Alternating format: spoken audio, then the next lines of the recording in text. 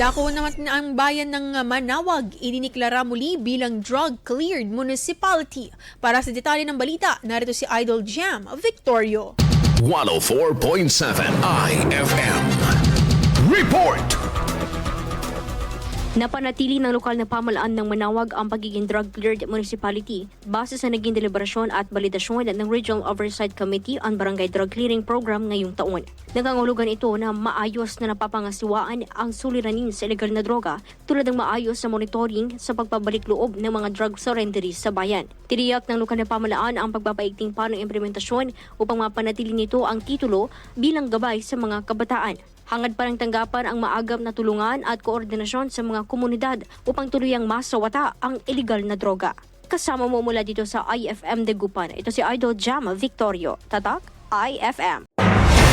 IFM News. IFM News. IFM. IFM News.